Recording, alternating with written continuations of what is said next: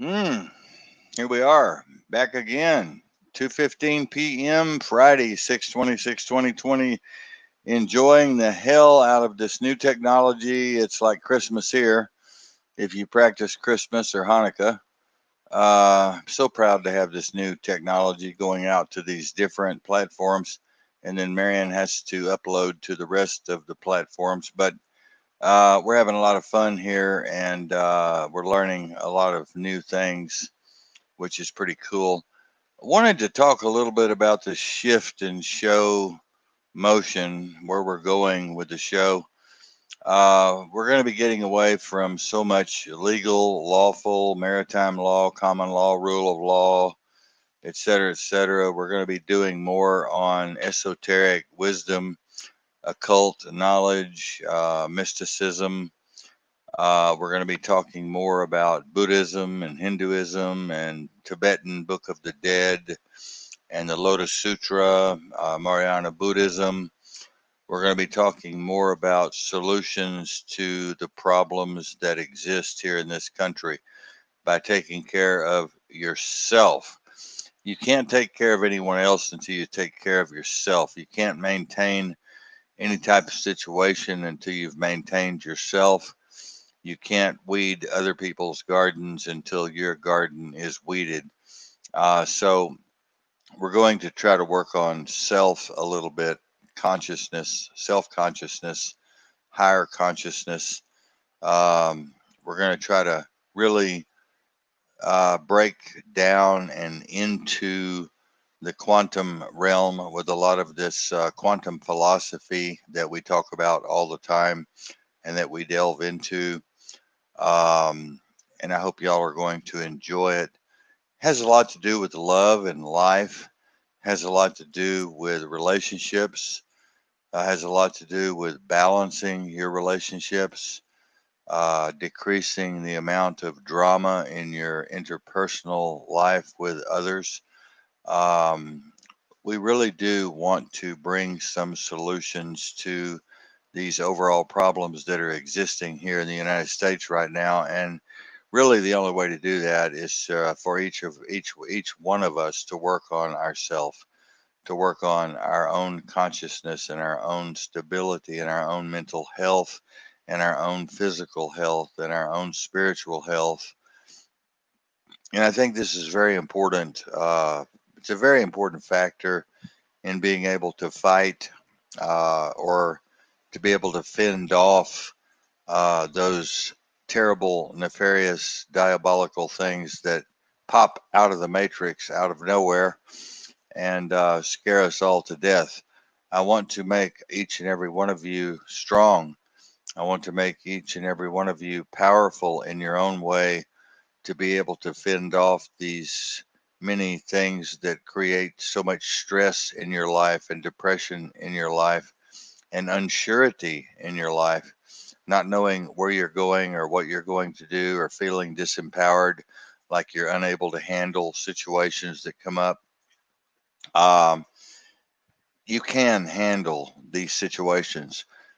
You can get through the suffering and the pain and the depression and the stress if you go into your higher consciousness. And the way you do that is through meditation, concentrated thinking, focus, being able to really go deep down inside yourself and find that empty place of peace and joy and happiness and perfection and silence and balance and synchronicity.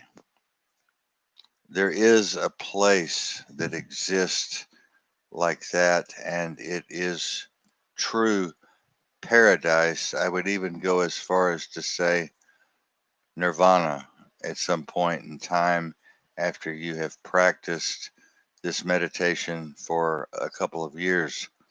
It takes time, it takes practice, it takes effort, it takes passion. It doesn't happen overnight by any stretch of the imagination. And you can do it if you just will. I know a lot of you are on psychotropics like myself. I know a lot of you that are on other medications like myself. And some of these medications might possibly impede your ability to go deep down into your consciousness. Some of these pharmaceuticals and psychotropics might keep you from reaching that point of nirvana. Um, and I'm sorry about that. Many of you might want to try and get off of some psychotropics and some other medications like I have. I've gotten off of 7 or 8 or 9 over the last 3 or 4 months, 5 months, and it's been really nice to shed that old pharmacological skin and feel better about my real self, whatever that is. We really don't know what that real self is, but, and however, we know that reality is an illusion that is perpetuated by the five senses. We know that our reality that we live in or we think we live in is a mirage, it's a hologram. It's some sort of simulation that we do not comprehend or grasp as to how that works. But on the show, we are going to explore many of these areas, and we're going to talk about many of these different things. I want to set up a private chat here if I can, and I want to add in the showtime tonight. Um, It's 6 o'clock. We're going live at 6 o'clock tonight, p.m. Pacific time to 8 o'clock Pacific time. And I think that's going to give people an easier way to listen to the show. They come home, they're more relaxed Pacific time anyway, and some zones near Pacific time, an hour ahead or whatever, are going to be more apt to listen to the show, are going to be more relaxed. What would you like? We're going to be more apt to listen to the show. Let me do this, folks, before we do anything else. I'm learning what to do here.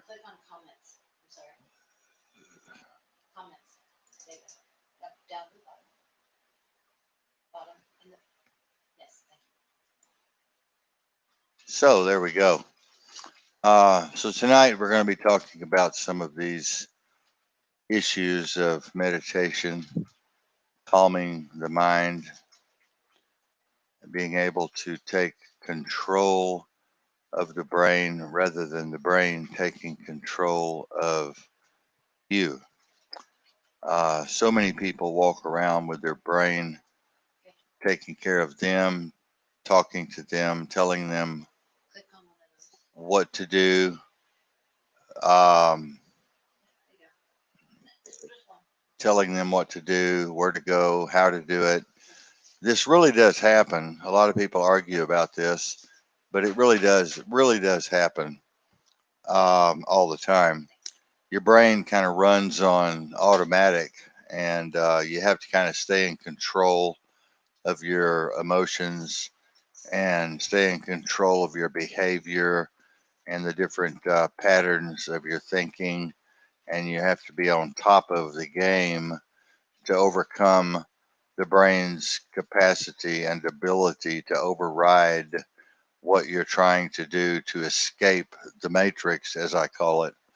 And this matrix is a self-made hell in a lot of ways because people get trapped in their emotions, and trapped in their drama, and trapped in their script that they're running, and they run it over and over and over and over again in the same way all the time, and they don't change responses. And this can get us in a lot of trouble mentally and spiritually. So I want you all to think about that. And I want you all to drop by the show tonight and ask some questions, try to keep me on track. Sometimes I get way off track, and I need you all to slap me back into uh, alignment, if you will, keep me on track. So, because I'll get off on something totally different and we'll just go completely crazy. You know, we are R rated, so those of you kids out there don't need to be tuning in. Um, Kids, most of you 12-year-olds know more than I do about sex and life and living and other things. But anyway, we don't have kids anymore. It's like these kids are growing up so fast with the internet, watching porn at 10, 11, 12 years old, and even younger, and reading all of the things that are on the internet about the world, learning about the world. So I don't know what to call them, to tell you the truth. We might come up with a word tonight. But I'm going to let y'all go for right now. I just wanted to kind of give you an idea of what we're kind of touch on tonight. Billy O'Connor's coming on. We're going to be talking about his life with 9/11. He was a fireman and he was a battalion chief, I believe, and he lost a lot of men there in the World Trade Towers when they went down. So we're going to be talking to Billy about that and some other very important issues, including the stresses of being a fireman, the stresses of losing all of your friends in, or many of your friends in the Twin Tower explosion when that happened. So I'll see you guys later. I love this platform. Like I said, we're going to stay on it, stay with it. We're going to utilize it to its fullest extent. And I hope you share this video. I would really appreciate it from the bottom of our hearts, Marion and I, if you would share this video. Thanks very much for tuning in. I'll see you guys tonight on air. Bye bye.